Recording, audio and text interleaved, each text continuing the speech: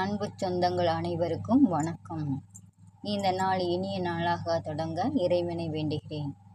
நம்ம சேனலை பார்க்குற சொந்தங்கள் அனைவரும் நம்ம சேனலை சப்ஸ்கிரைப் பண்ணிட்டு பார்த்தீங்கன்னா எனக்கு கொஞ்சம் மோட்டிவேஷனாக இருக்கும். வாங்க கதைக்கு போகலாம்.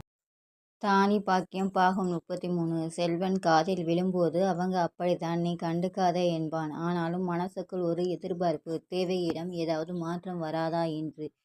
தேவகியால் பதில் பேசவும் முடியவில்லை. தனது நிலை என்ன என்று அவளுக்கே புரியவில்லை. செல்வனின் உயர்வுகள் எல்லாம் ஒட்டுமொத்தமாக சேர்ந்து நின்று அவளை பயமுறுத்தியது. எவ்வளவு நல்லவனுக்கு எச்சில் இலையில் படையல் போடுவதா என்ற தயக்கம் பெருமளவு அவளை தடுத்து வைத்திருந்தது.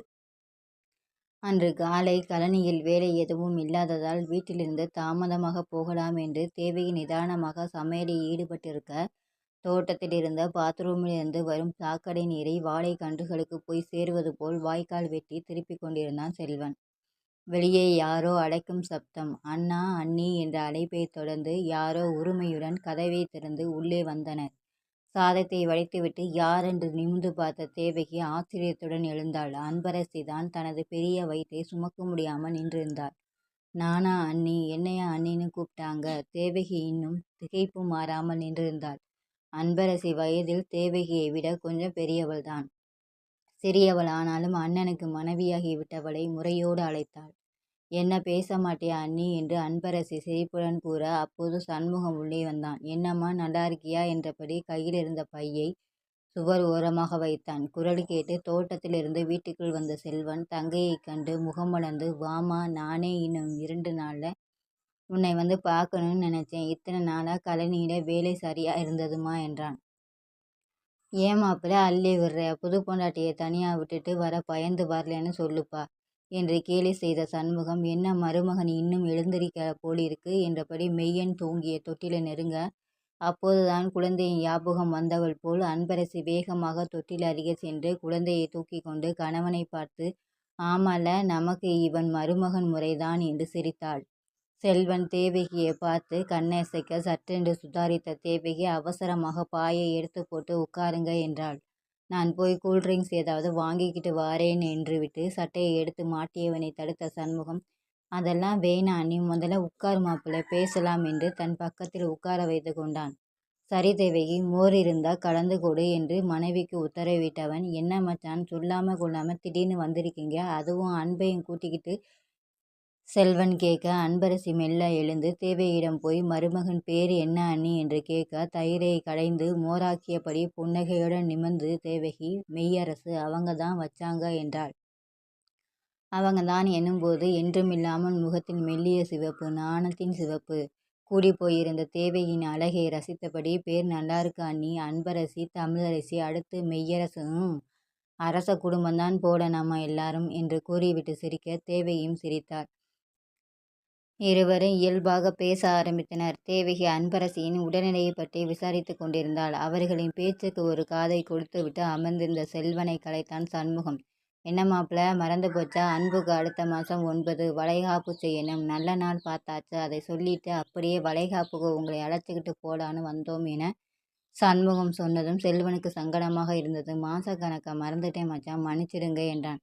அட விடு மாப்பிள்ளை, இதுக்கு போய் மன்னிப்பு கேட்டுக்கிட்டு என்றவன் அன்பு தங்கச்சிக்கிட்ட ஒரு தட்டு வாங்கி வந்து பூ பழம் வச்சு கொடு என்று மனைவிக்கு உத்தரவிட்டான். தேவகியிடம் ஒரு தட்டை வாங்கி கொண்டு வந்த அன்பு கொண்டு வந்த பையில் இருந்த பூ பழம் ஸ்வீட் எல்லாவற்றையும் எடுத்து வைத்து தேவகியிடம் கொண்டு போய் கொடுத்து, அண்ணி 2 நாள் முன்னாடியே வந்து வளைகாப்புல எல்லாத்தையும் நீதான் செய்யணும் புன்னகையுடன் கூறினாள். தேவகி தட்டை வாங்கி கொண்டு கண்ணீர் முட்டிய கண்களுடன், உங்க அம்மாவுக்கு நான் வந்தா பிடிக்காது என்றாள். அன்பரசி தேவகியின் கையை பற்றி கொண்டு, அண்ணி, உங்களுக்கு ஒரு விஷயம் தெரியுமா?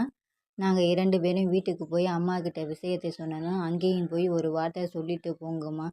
அப்புறம் இதுதான் சாக்குன்னு புருஷன் நீ வரவிடாமல் செய்திட போறான்னு சொன்னாங்க. அது மட்டும் இல்லை, வாங்கிட்டு போனதில் கொஞ்சம் மட்டும் எடுத்து வச்சுக்கிட்டு இங்கே திங்கிறதுக்கு எந்த குழந்தை குட்டி இருக்குது? எல்லாம் நான் தான் பூ வச்சுக்க போகிறேன். நான் எல்லாத்தையும் எடுத்துக்கிட்டு போய் அங்கேயே கொடுங்கன்னு சொன்னாங்க தெரியுமா?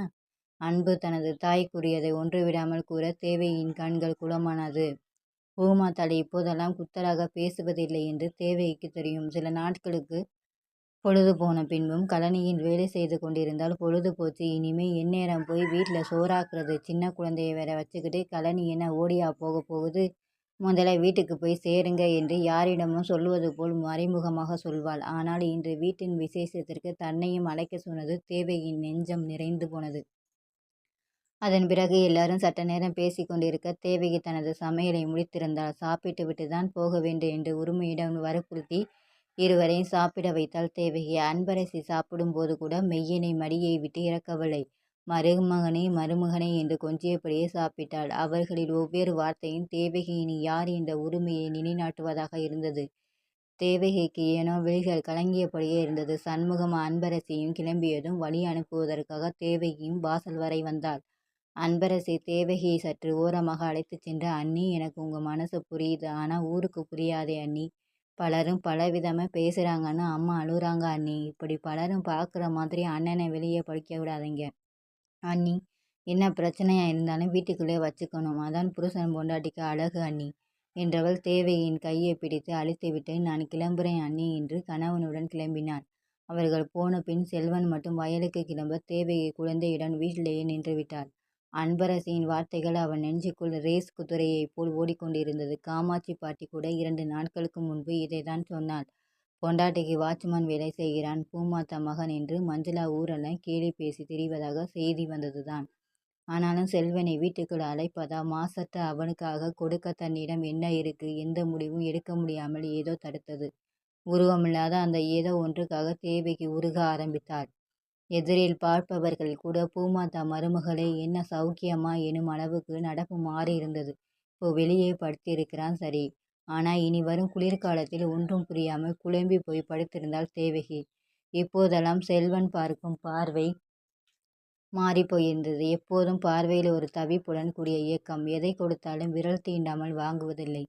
குளித்துவிட்டு வரும்போது தோட்டத்து வாசப்படியில் உரிமையுடன் அமர்ந்திருப்பது, பிறகு உடை மாற்றும் போது கூட இவள் முறைத்த பிறகுதான் வெளியேறுவது என செல்வன் தனது ஒவ்வொரு செயலிலும் தாபத்தை உணர்த்தி கொண்டுதான் இருந்தான்.